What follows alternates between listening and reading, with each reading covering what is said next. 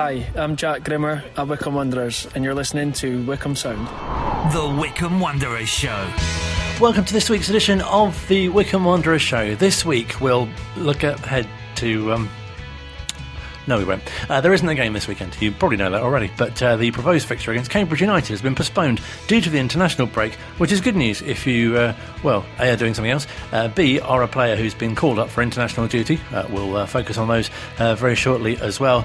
And C, if you're a non-football fan, you probably wouldn't be listening to this, to be fair, but you might be related to someone who is a football fan, and they'll realise that there's no game for the men. There is a women's game on Sunday. We'll be previewing that as well. Coming up in a few moments' time, we'll catch up with Phil, and perhaps in our match briefing look back at what's happened so far in the early throes of the season. We'll also be looking ahead to Wycombe Wanderers Women's first league game of the season. It's home against Oxford City on Sunday at Burnham, and many may already be going who are listening to this, perhaps from the 1887, or perhaps yourself as a fan just want to get your football fix for the weekend and cheer on the Chair Girls. Craig, who does their media, will be speaking to us shortly. We'll also catch up with one of their newest signings as well, Chelsea Coles, who plays in goal and has played for Chelsea as well, and Hull and others.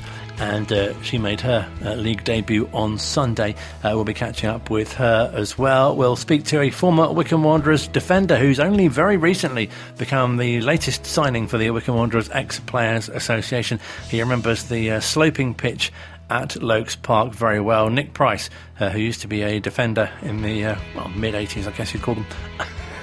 Do you remember the mid-80s? He'll be sharing his memories with us in a few moments' time. Well, quite a few moments. Arguably the second third of the programme, in fact. So all that and more on the way in the next hour. We might even look ahead to the next game as well, which of course is the visit of Blackpool on the 16th of September. But first, I'm very pleased to say Phil joins us in the studio to reflect on what's been a sort of fairly eventful the last opening four few games of the season. No one's got better form in the league in League One than Wycombe Wanderers. 3 wins and a draw. And that draw against Burton probably should have been a win. The league form has been excellent, and it kind of puts it into context after all the doom and gloom of the opening 2 games when, everyone thought the season was over. Actually, it's been good. And I don't really think we've properly clicked into gear yet. So I take that as a promising sign as well as the fact we've now got 2 weeks at the training ground to really hone the game a bit more. And hopefully we can see the results of that at Adams Park on the 16th of September. Great day, by the way, against Blackpool. And fans listening to Ringing the Blues on Tuesday night as well would have, heard their reaction to the Northampton game, and fantastic to win on a Saturday, but also, the manner that victory happened as well. Yeah, 2 away wins on the bounce, and I thought Northampton Town were excellent, especially in the first half. I thought they passed us off the pitch, and as if you did listen to Ringing the Blues, you'd have heard their fans took it incredibly well. But, they did point out that they played really, really well, but they had a young goalkeeper on loan from Newcastle who made a bit of a howler. He didn't look confident throughout the game. He didn't have much to do, and what he did have to do, I didn't think he did it particularly well, and perhaps that sort of, that lack of confidence in him showed a little bit in their defensive play. And also they didn't really have a cutting edge up top in terms of a goal scorer. We'll only remember the score in a few weeks or months or years' time. We won't remember the fact that they played some excellent football in the middle of the pitch. If you don't look after both ends of the pitch, you can lose the game, as was shown on Saturday. They've had some really good results coming into the game as well, and I think they'll do very well in League One. I think, if they could add a goal scorer or find a killer touch, then they could be a team to be reckoned with. And but I thought the fact that Wycombe, in the second half, the triple substitution really sort of brought out Wycombe's character. They dug in, they defended brilliantly, and were deserved the 3 points on the result of that second half defensive display. And so nice to have some of the new and obviously established players as well on international duty at the moment. Yes, yeah, it's this international break, as fabulous as international football is for fans of domestic football, is a little annoying because we've just sort of got into our stride, haven't we, getting our rhythm as fans and pundits and commentators and what have you. And then all of a sudden we have to have a break to see England or whoever play whoever. Brilliant for our youngsters and our players who are on international duty. Killian Phillips, TJ DeBar, Dale Taylor, who sadly had to withdraw from injury. I'm missing one, aren't I? Who am I missing? Joe Lowe. Joe Lowe, of course. How could I forget Joe Lowe? fully deserving of their international recognition. I hope they have a great time, and more importantly, I hope they come back unscathed. And also really nice to have the boost of the surprise signing for many, I guess, of Mr. Sadler's arrival. Yes, yeah. Unbelievably, the soothsayers on social media haven't predicted that one, which led to some surprise. But that's a great signing. He's got over 50 goals in the league. He can play out wide. He scored some great goals with both feet and his head. He scored against Wycombe in the past. I think Wycombe had a good look at him a few years ago. He's played in the Championship. He's a good lad, and looking forward to seeing him in the quarters, probably after the international break. And 12 summer signings now. Matt Bloomfield must really feel that he's putting together something special. Yes, yeah, we've spoken in the past, haven't we, about this huge amount of change, which brings its own challenges, as well as the excitement that brings as well. We've got a lot of work to do in this 2-week break up towards the Blackpool game, to really sort of get that pattern of play established, and let's see what Kieran Sadler can bring to the party. I'm looking forward to it. And I guess obviously fans will be excited to see, the way the team will be setting up and the way the team will be, playing with these new additions. Yes, yeah, I think with the break as well, it gives a few of the injured players hopefully some chance to get back. I know we won't be seeing Jack Grimmer for a little while. You might be. I will be seeing Jack up in the commentary box, which I'm very much looking forward to. But obviously the flip side of that is he won't be on the pitch. But yeah, if we can get some of those injured players back as well, I think defensively we've looked a lot more solid in the three of late, and it's been difficult because of the injuries and the changes made there. So hopefully we can have a good run of a settled back three, if that's what Matt continues to play, and then to use that as a solid basis. And I think he would love us to score more goals. I think every football manager and fan in the 4 divisions would love to see their team score more goals, and Wycombe Wanderers fans are no exception to that. I must take this opportunity to ask how you'll be spending your Saturday. So my birthday is actually on the 16th of September. You hinted at that, didn't you? I did mention it was a wonderful day. It's a fantastic day. A great day to come to Adams Park, by the way, as well. Because to celebrate with you. Yes, yeah, and hopefully see a really good game of football. So I'm having my birthday a weekend early. So I'm not going to football on Saturday, obviously. I'm going to spend it with my family, which will be a nice touch. Well, I wish you whatever the opposite of belated happy birthday is. Yes, thank you very much. Always great to have Phil on the show, of course. I'm really not sure what the opposite of belated happy birthday is. Have to look in a thesaurus or something. Don't forget, if you missed this week's Ringing the Blues as well worth a catch-up on your podcast, wherever you get those from. And, of course, you can get some great content on Wanderers TV. Phil will be back with us next week, looking ahead to the game against Blackpool. Also, the March, of course, as well, for Prostate Cancer UK. He's involved in that as well. You'll get to hear Steve Brown as well, who'll be at the Legends Lounge and also on co-commentary duty with him as well. Now, though, we'll hear from Craig, who looks after the media Wycombe Wanderers Women. They have their first home league game of the season on Sunday. So if you're not around on Saturday, or if you're looking for your football fix this weekend, do get along and back the Chairboys against Oxford City. And as we've been hearing in recent weeks as well, with the success of England, it must be a great time to be involved with Wycombe Wanderers Women. It's brilliant, Colin. The season now is underway. We played Ascot away, and that sort of that build-up, that anticipation was it was good. Girls were in good spirits before the game. See, the result didn't quite go our way, but that's football. That's going to happen. But it's how the girls respond to that and kick on. But as I said, like you said, the World Cup as well was very special, and it certainly brought the girls, sort of some of the newer girls that we've signed, closer together as well. We kind of watched the final together as well, which is really nice. And I think that the club as a whole was just happy that the season started and well underway. And speaking to the manager last week as well, something that really came across, that the amount of new signings that you've had, and especially some recently as well, but there's been no issue with the integration because it's such a great sort of close-knit group and very welcoming as well. No, absolutely. I can't sort of speak for Carl and Dan and Ed, but certainly when it comes to sort of selecting players that they want to bring into the club, obviously they know their footballing ability, which is why they were selected, but the girls' personalities have slotted straight in, and they've really got on well with the other girls, and the integration's almost been seamlessly. And there's something really nice about the pathway, isn't there, about the under-18s, under 23s, and obviously the first team as well, with youngsters really sort of eyeing places to impress the coaching team in the first team as well. Absolutely. I think the way that the coaches structure the sessions as well, you can literally be an under-18 training over with Sonny, but you can see the under-23s with Bex. You can see the first team with Carl. You can literally see what it takes to get through the stages. And even yesterday, we had 2 under-18 girls playing the first team because their opportunity was there. There was absences and there was people away or injured. So, there was opportunity there for them to do that. And I don't think a lot of clubs at this level have the depth and the strength that we have. And it just gives the girls, that overall goal to get to the first team. So are there any particular players this season that we should be excited to be looking out for and watching them develop and progress? When it comes to the first team, there's obviously we brought a few new girls in. I think in regards to the younger ones, I particularly like, just my personal opinion, I think Crystal's got a lot to bring. She's only 17, but she's a forward or wide player who I think is quite, I think she's one to watch. She's pretty tall. She's very dangerous, and I think she's going to really learn a lot from the coaches and from her teammates. I think she's going to really kick on this season.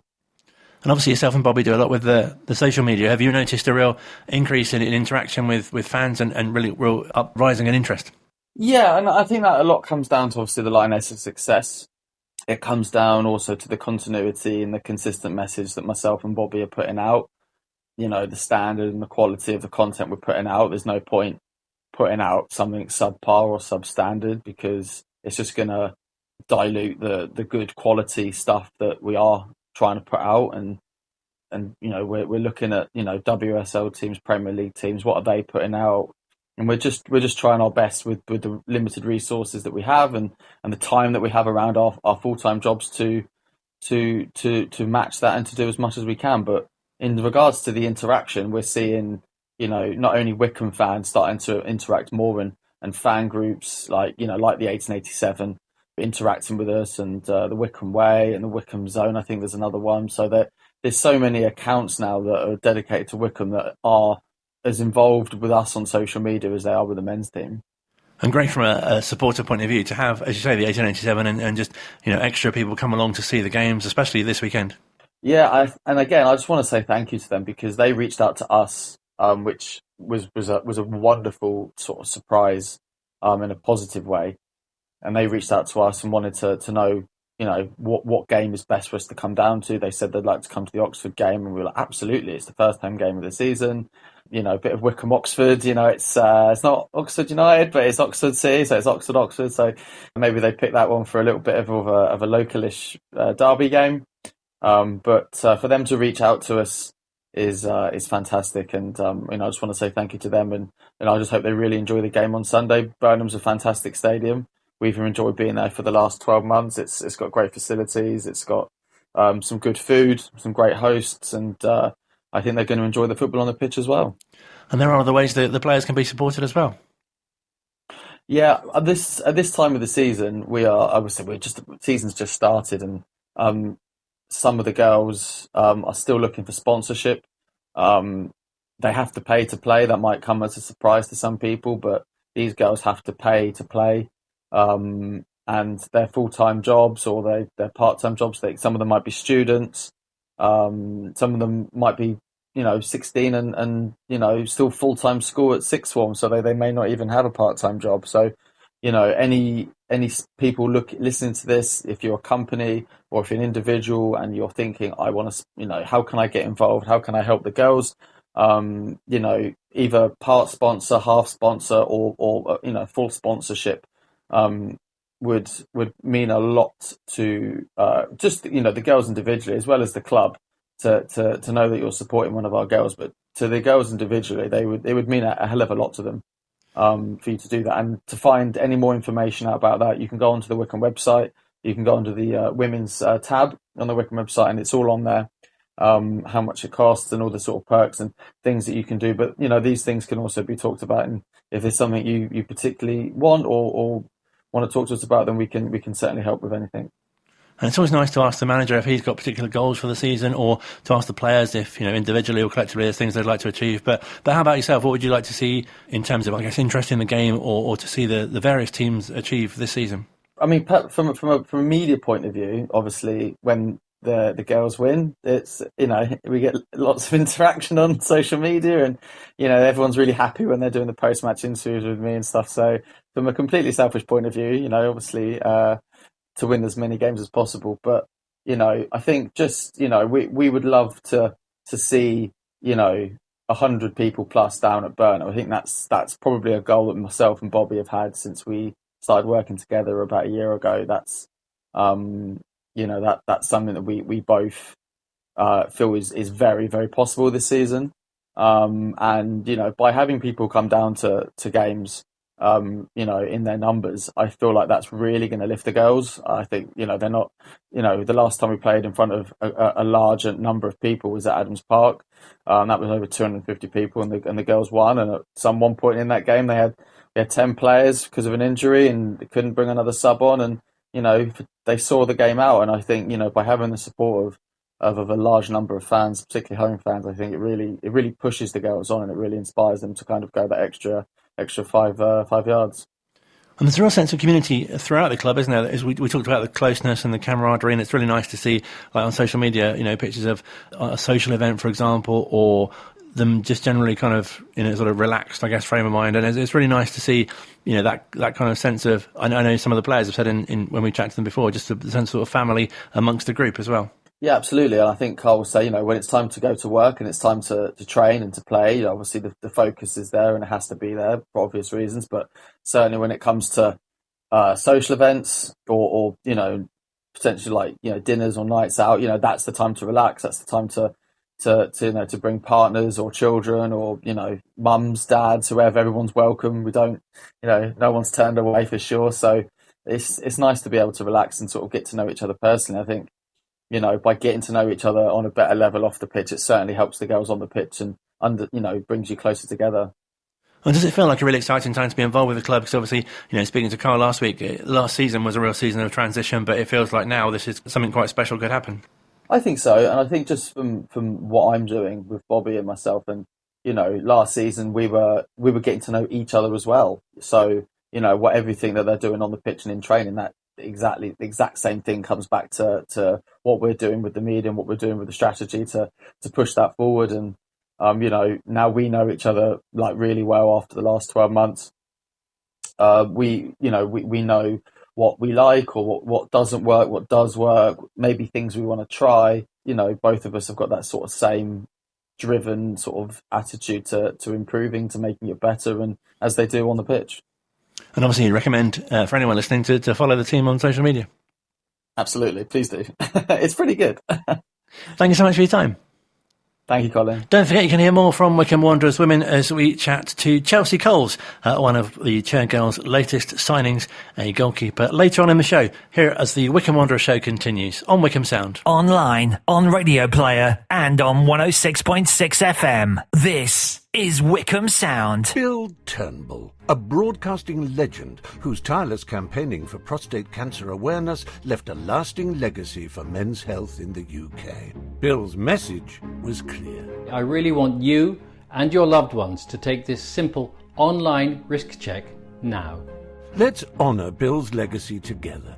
Let's get men across the UK to check their risk. Let's broadcast it like Bill. Check your risk. Share the risk checker. Save lives. The Wycombe Wanderers Show. Thursdays from 7. 106.6 FM. Wycombe Sound. Second part of the Wycombe Wanderers Show. It's a show of 3/3, if you've heard before. If you're new to the show, you might really wonder what's going on. Still to come, we'll hear from Chelsea Coles, also a new signing for Wycombe Wanderers Women, ahead of their opening home league game of the season at Burnham on Sunday. And as we've mentioned already, without Cambridge United's game, that being postponed this weekend, a real opportunity for you to get along and support the Chair Girls. But first, with big thanks to the Wycombe Wanderers Ex-Players Association, one of their newest signings, a defender who played for the club in the mid-80s. Let's get the earliest memories from Wycombe Wanderers. Former defender Neil Price. Season before, so sort of the 86, end of 86 season, 85-6. I think I played half a dozen games in what was then, I think it was the Gola League, wasn't it then, or whatever it was. That's then. right, yeah. Yeah, and I remember coming and playing at that level and quite enjoying it, actually, because I'd obviously been in a pro game before that, and no, I enjoyed it. Nice. I remember one game, I think we played at Frickley or somewhere, and I remember that quite a frenetic game, but I came right at the end, and to be fair, they were already sort of a little bit adrift, or they were going to struggle to stay up. So for me, it was a little bit of a weird entrance into such a big historic club like Wycombe, a non-league club like Wycombe, because it wasn't the greatest atmosphere around, obviously having just got relegated. So what were your first impressions? Well, it was a big club, you know, that it was a big old traditional club with lots and lots of history. But in the old days, you had to get elected in, didn't you? That's right, yes. And Yeovil were the same, weren't they? They were a massive club as well in that non-league scene, and there was a few really big clubs about. But as I said, it was a bit of a close shop, the league, wasn't it? So it was sort of a separate entity, really, wasn't it? Non-league football, league football, and in them days, you know, if you had a really good job and you played at the top of the non-league game, you could earn an absolute fortune. So I think that was sort of where it was at the time. So it was a really good standard. So what was the adjustment like for you? Because obviously you got to play at Wembley with Watford, which we'll talk about in a bit, but it must have been strange in a way for you to be playing against, you know, teams like Kettering or Barnet or, you know, Fisher Athletic in those days. Yeah, a bit. I mean, you know, like I'd come up through the ranks at Watford and obviously played in lots of hot senior cup games, and when I was a kid, sort of 17, 16, playing against a lot of specifically Hertfordshire non-league teams, you know, Ware and Stortford and stuff like that, and lots of friendlies. So, you know, you make your way into the men's game, don't you, through that sort of route as a young, or you did then anyway, as a young player. They used to throw you in on a Wednesday night or a Tuesday night away to Bishop Stortford, you know, in a Hart Senior Cup game, and get lumps kicked out of you and become a man, really. So I was sort of used to that.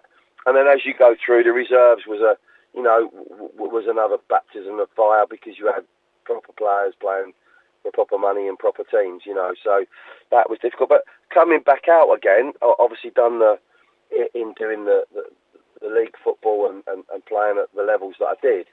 Coming out again was it was a shock at the time.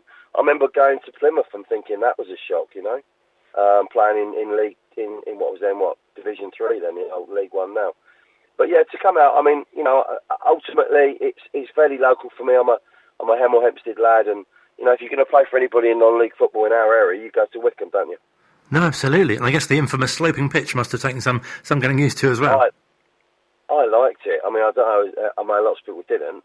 But as a fullback, obviously at that top end, it was quite good being at the top end, and you know, you could really come down off that top end, and it was quite advantageous. But and the bottom end was all right, because it used to go out for throw-ins all the time. I think I spent most of the games just taking throw-ins down the bottom end.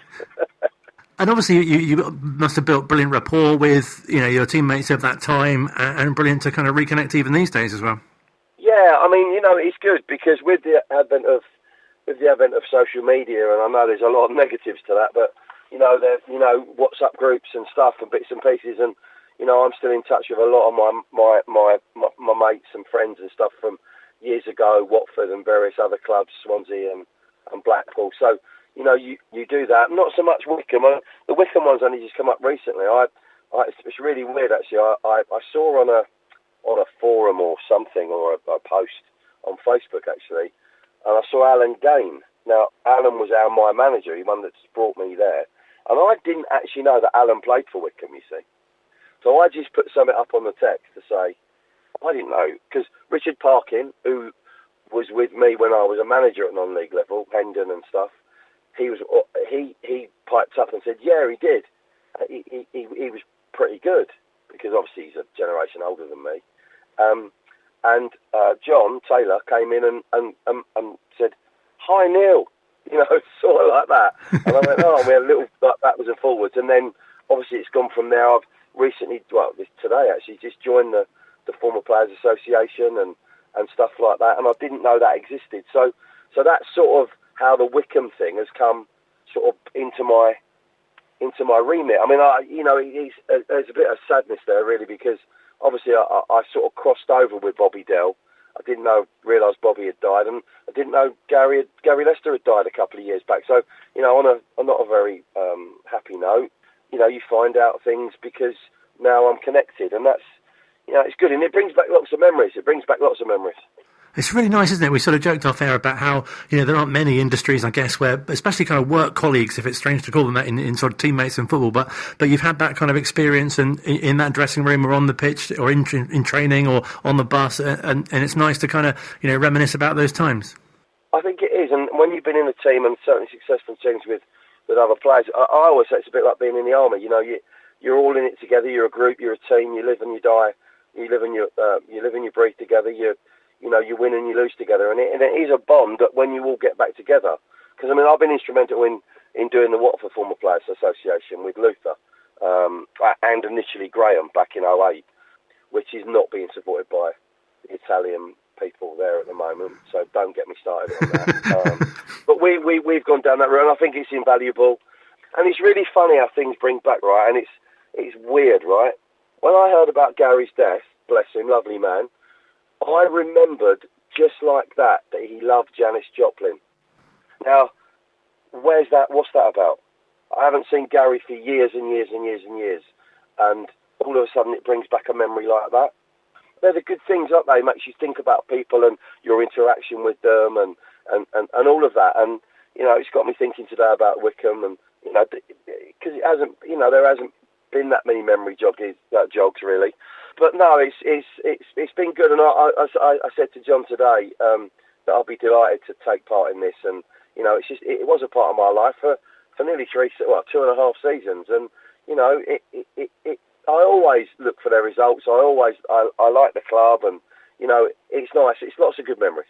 I think it's really nice as well for fans to have the opportunity to hear from you, because they'd have probably seen you play at Lokes Park or even away games, obviously, as well, and perhaps even followed your career before when you're at Watford or other teams as well, and just wondering what you're doing now. And really great to hear sort of your stories and memories as well. Yeah, no, and I think again speaking to John this morning, and the reasons why we did the Former Players and Graham Taylor was so adamant about is because I think it's the glue between the fans and the football club, and increasingly, in the times we're at, which are very money orientated, aren't they? Players are from everywhere. They're not from just down the road, where it used to be a bit more local community based. The community clubs are getting swallowed up with impersonality of personnel and players. And I think the older members of supporters of the groups and the teams and what have you like to remember them times, and we like to remember them times. And I think, when you do all get together, they're just such wonderful events that I think, it should be kept, it should be treasured, and it looks like Wycombe are doing that, which is brilliant. And it's really interesting, isn't it, the sort of family tree type aspect that you come across in football, especially, for example, you'd have played with Neil Smiley at Watford, and he went on later to be the Wycombe manager, of course. Yeah, no, it is. It's very, and you see it all the time, and you forget as well where you met them players, or where you met that lad, or where your paths crossed. I was thinking, today's made me think about Kevin Durham, who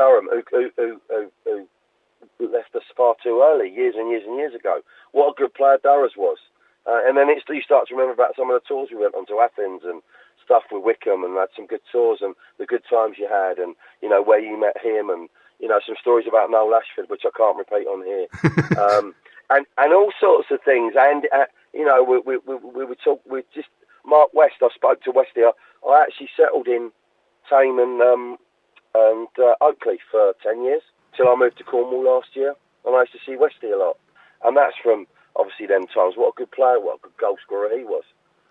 So it's really good that it knits all these things together, doesn't it? No, definitely. And are there particular kind of games or occasions or moments that really stand out from your time at the club? Obviously, you mentioned the relegation, but I guess kind of the promotion season as well was really special. Well, I don't really remember too much about the relegation season. So if I played 6, I'll be surprised right at the end.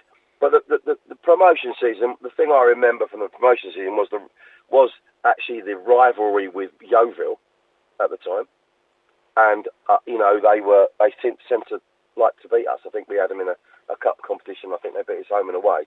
but we ended up being about a fair few points ahead of them, didn't we? 100 and something points. I remember us being relentless. I remember us going to places and being absolutely relentless and so much better than everybody else. And I remember playing some players that played that season against us. Les Ferdinand played for Hayes against us that season. Ian Dowie played that season for Hendon, I think, against us. And they're the ones I can remember. I'm sure there's a lot more. Well, I think Pardew played, didn't he? Did Pardew play for Yeovil? I think. Yeah, I think you're right. So there's three off the top of my head that I've not thought about for donkey's years until today. And you think what a good standard that was. You're looking at that. And just before you come on, I've just had 10 minutes. I was looking at some of the crowds. I don't know if it's home or away, but these crowds are 3,000 and 4,000 against Yeovil. I think one of them was away, one was at home. Regularly getting over 1,000, 1,400 for a midweek game against Harrow Borough. Oh my goodness. You look at that and you think, that's just unbelievable. And the club's such a big club. And I think that season, when I looked it up earlier, that season, the promotion season, I think they won the Capital League Cup, and I think we also won the Berks and Bucks. And we beat Aylesbury somewhere. I can't remember that game very well. I probably got the trophy somewhere. But yeah, no, it's good, isn't it? It's nice to bring back them sort of memories, and I'd completely forgotten about Declan Link. I mean, what a player he was. Honestly, it's amazing. It's absolutely amazing. It's just like glancing back through your football annuals or sticker books, isn't it? And just saying, oh yeah, I forgot he played for him. Yeah, I forgot what we did. You know what you did, but you don't think about it always. And when it comes to the fore, it's good, and it gives you that extra little bit of a bond. I mean, I've been told today I played 60, 70 games for Wycombe. I didn't even know what that number was. It's strange at the time, isn't it? Because I guess you don't really appreciate it. You're so kind of focused on actually doing it, but it's not until years later that you get to reflect and you realise how special it was.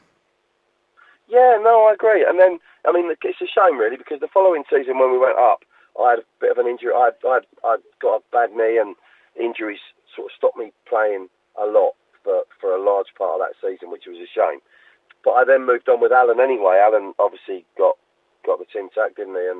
And we went off to Staines, and then the following season, there we won. We won what would that be now? That would be the one down. So that would be Isthmian 1, and got into the Isthmian Prem, which is the Conference South now. So you think about that, and you think about your careers, and you think about it was one point where I won a promotion 3 years on the spin, but you don't think about it when you're doing it. You just get on with it. I think I won a Middlesex Senior Cup and a Berks and Bucks Cup. I think I won either one or the other for 3 years running. No, it's incredible. I mean, do you? It's a strange thing to ask, I guess, for yourself. But do you sort of rank how you did? Like, obviously, for example, playing in the FA Cup final for Watford must be well up there. And there must be so many other sort of things that really stand out. Yeah, I mean, look, for me, I was a young lad who was, I was a squad player at Watford. Let's not get that right. But I played some incredible games, and you just think, when you did it, you just did it. I mean, the games that I played in, for me, the final was the final, but we lost. And whenever you lose something like that, you never have the same rapport with it than you do when you win. But the semi-final was incredible. To win the semi-final at Villa Park and play in that game, to play away in front of 68,000 people in Levski Spartak, which was then the UEFA Cup when we finished second. So basically the Champions League, because only one played in it. To win away there, in front of 68,000. To play in Sparta Prague, to play against Kaiserslautern, to play against teams like that, to play against Arsenal, and beat Arsenal at home, to play against the great Nottingham Forest sides, local derbies at Luton, Wolves, playing against Liverpool. I mean, oh my God. If you told me that now, you'd be going, oh my God, I've got to savour every single second of this. But when you're young, you're just doing it. You're in the moment, aren't you? No, definitely. And you mentioned there that you touched on you went into management as well. How did that compare to playing? Obviously, the trouble is I had a bad knee and a bad ankle, and by the time I got into my late 20s, I played at Wealdstone for a while as well, and I played at high non-league football. Didn't go any lower than that, so I didn't really want to do that. But when I came out fairly early. Managed Walton and Hersham, and again they were in Isthmian won, which would have been the one under the Conference South now. I mean, we managed to get promoted behind a really good Stortford side. And then we got to the first round of the FA Cup the following season, lost to Swansea 2-0 at home, after beating Yeovil in the last qualifying round, 3-2. So that was good, and that was a promotion and that. And then I went on to Hendon, did the same thing, finished sort of halfway up a couple of times, and we got to the first round of the FA Cup and lost to Cardiff 2-0 at Cardiff. So that was enjoyable. Then I went to Hempstead and got a couple of promotions, won a couple of cups. And then just after that, I went into BBC stuff. I went in and did the BBC live commentaries for nearly 10 years. So, you know, I've had a really quite different life. It's all been based around football, and it's interesting. It's interesting, isn't it, that something like that can take you and have such a huge part in your life. And even now, 59 years of age, someone pops up and brings back all these memories, and you join another chapter, you know? No, definitely. And what do we find you doing these days? I work in property. I develop properties and stuff. I've always done it. I bought my first back garden when I was 24. So I just built a barn for us down here. I've just got a barn converted, which is great. And we're just taking it nice and steady. You know, having a nice life down here. It's beautiful down here. And yeah, just trying to enjoy your life, really. And might we see you back at Adams Park sometime soon? Well, I'm always up. I've got 3 older boys that are all married or living with girls, you know, their partners. I'm always up and down. I was up a few weeks ago. I'm always about, and I just say to John, I'll be delighted when he sees fit to come up and support the Former Players Association and get involved and perhaps come to a dinner or do a golf day. It'd be nice to see some old faces. Well, it's been really fantastic to speak to you and share your memories. Thank you so much for your time. No, thank you. It's a pleasure. The Wycombe Wanderers Show, Thursdays from 7. 106.6 FM, Wycombe Sound. Final part of this week's Wycombe Wanderers Show. We may even have time for a notice board section. It was very brief last week, if you heard it. Perhaps you didn't. Perhaps you missed it altogether. But let's continue our feature with Wycombe Wanderers Women. We've been catching up with one of their newest arrivals, Chelsea Coles, who has played for Chelsea and others, as you'll hear. Well, it was a local team to start out with, and then I started playing for MK Dons when I was about 8 years old, and I started out on pitch, and then I went in goal because the goalkeeper wasn't there, so I went in goal, and then from there it just stuck. What was it especially you particularly like about being in goal? Because it's quite a... I think as well, when you're at school especially, you kind of get put in goal because nobody else will. Or, you know, it's because, you know, there isn't another one. I think it's because of the pressure. I don't know why. I thrive underneath pressure.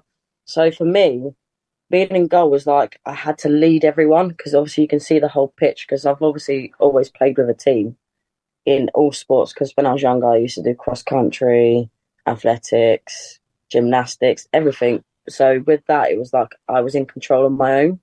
And you played for a number of other clubs as well at different levels, which must have been great for your experience. Yeah, I've played for multiple clubs. Obviously, I've travelled around a little bit, been on loan and stuff like that. So my journey started at Dons properly. And then I went over to Watford. I've played for QPR, Oxford, Arsenal, Chelsea. And then I played for Hull City when I was up north. And then, obviously, now Wycombe. So how did that come about? Because Carl said he'd been sort of monitoring you for a while, so that must have been really nice to know. Well, yeah, what happened was I was trying out at loads of other clubs because I obviously moved back down here to Milton Keynes, trying out for loads of clubs, and obviously he popped up and said, come to training. So I went to training, and then it was just like, right, I want to sign for these because the girls there made me feel like a family. The coaching staff there were brilliant.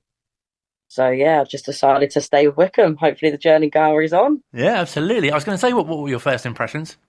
Oh, brilliant. The staff straight away welcomed me. All the players come over, introduce themselves. It felt like I've been there for years. For years it did. But, yeah, all the girls are really good. They're sound as girls. All the coaching staffs are really good. But, yeah, they all made me feel welcome.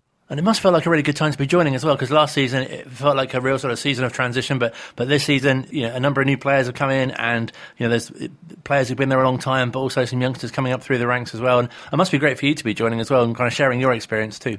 Yeah. So I think a lot of it is with the goalkeepers as well. A lot of the goalkeepers look up to me because they're a lot younger. Some of them are 16, 15. So I think with my experience and my age, I think they look up to that, because a lot of people come up to me and ask for my advice, and I'm happy to give it. All the girls deserve it.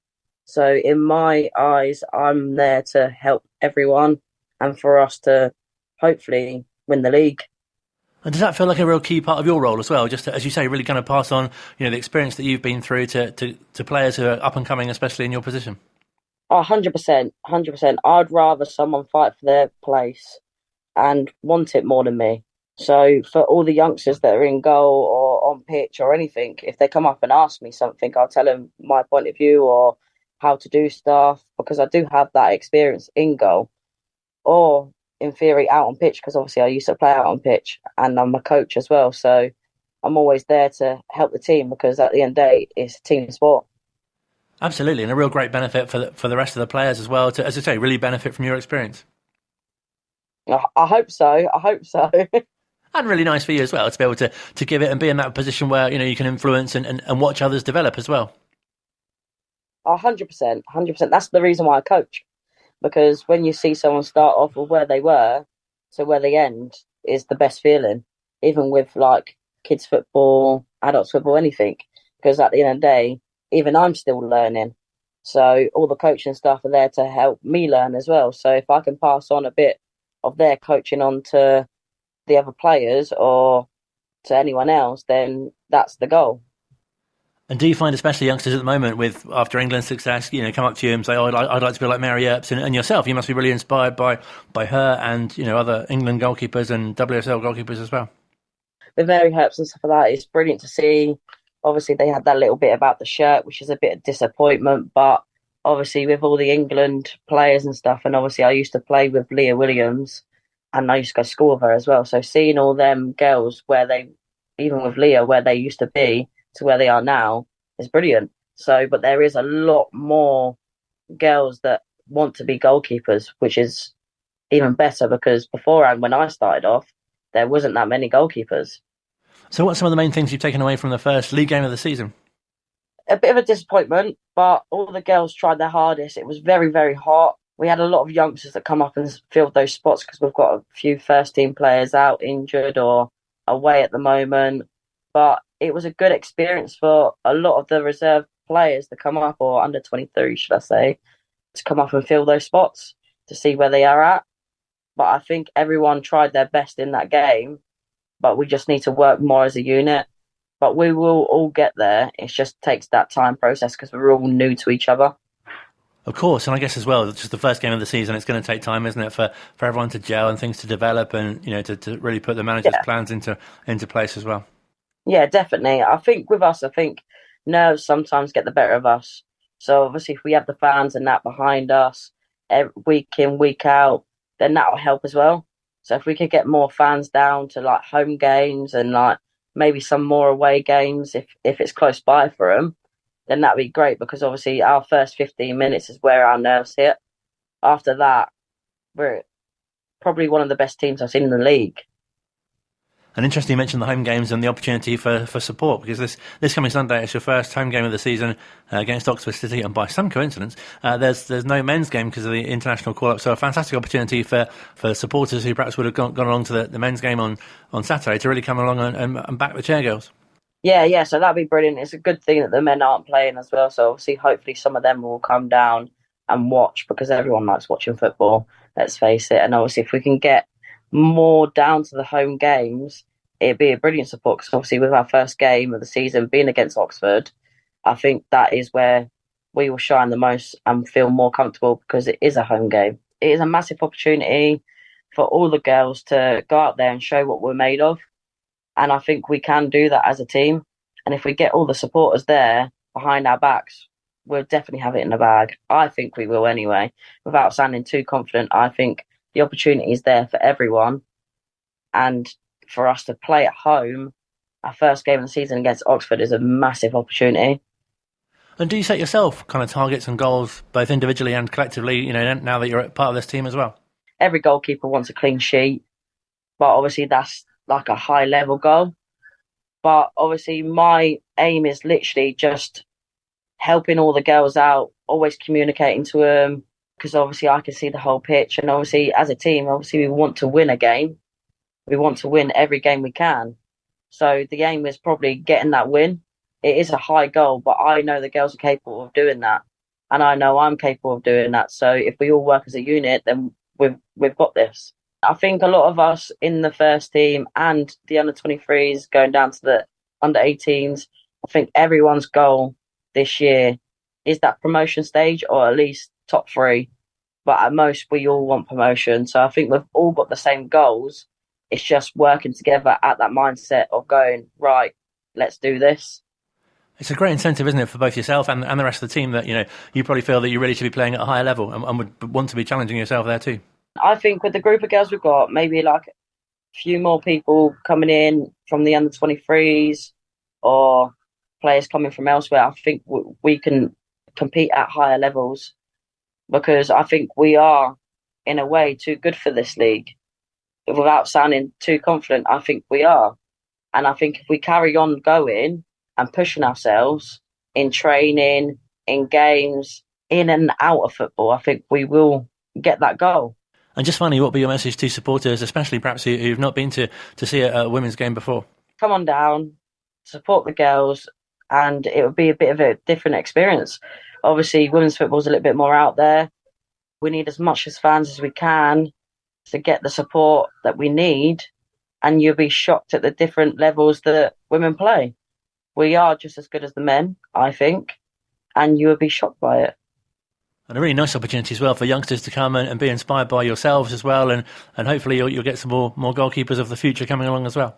I hope so. I hope we do get more goalkeepers and a lot of youngsters come along and watch. Obviously, we'll all be there after the game, signing autographs or whatever they need.